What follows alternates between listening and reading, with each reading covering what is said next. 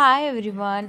मी करतीये माझा first Marathi vlog आणि आम्ही जातोय त्र्यंबकेश्वरला, जे आहे नाशिकमध्ये जे ज्योतिर्लिंग चं जे त्र्यंबकेश्वर मंदिर आहे, मी तिथे जाणार आहोत.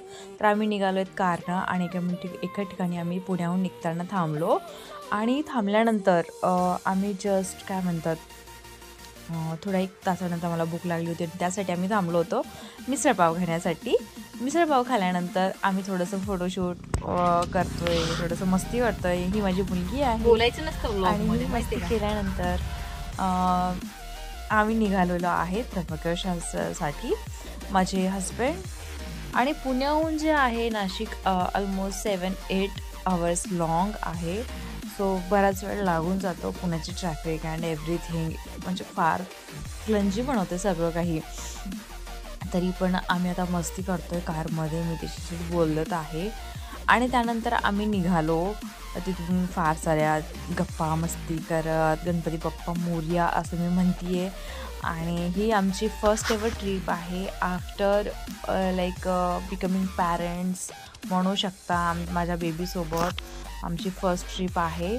आणि तसं तर आम्ही 2 दिवसासाठी एकच वन डेसाठी प्लॅन केलेला आहे. बिकॉज लेकरं जेव्हा बाहेर जातात त्यांचे बरेच प्रॉब्लेम असतात त्यांना हँडल करण्याच्या. सो बघू की कसं होईल ते. जर ती छान कॉपरेट करेल तर आम्ही एक्सटेंड करू. तर अशा प्रकारे आम्ही जात आहोत जे आहे पुण्यावरून नाशिकला.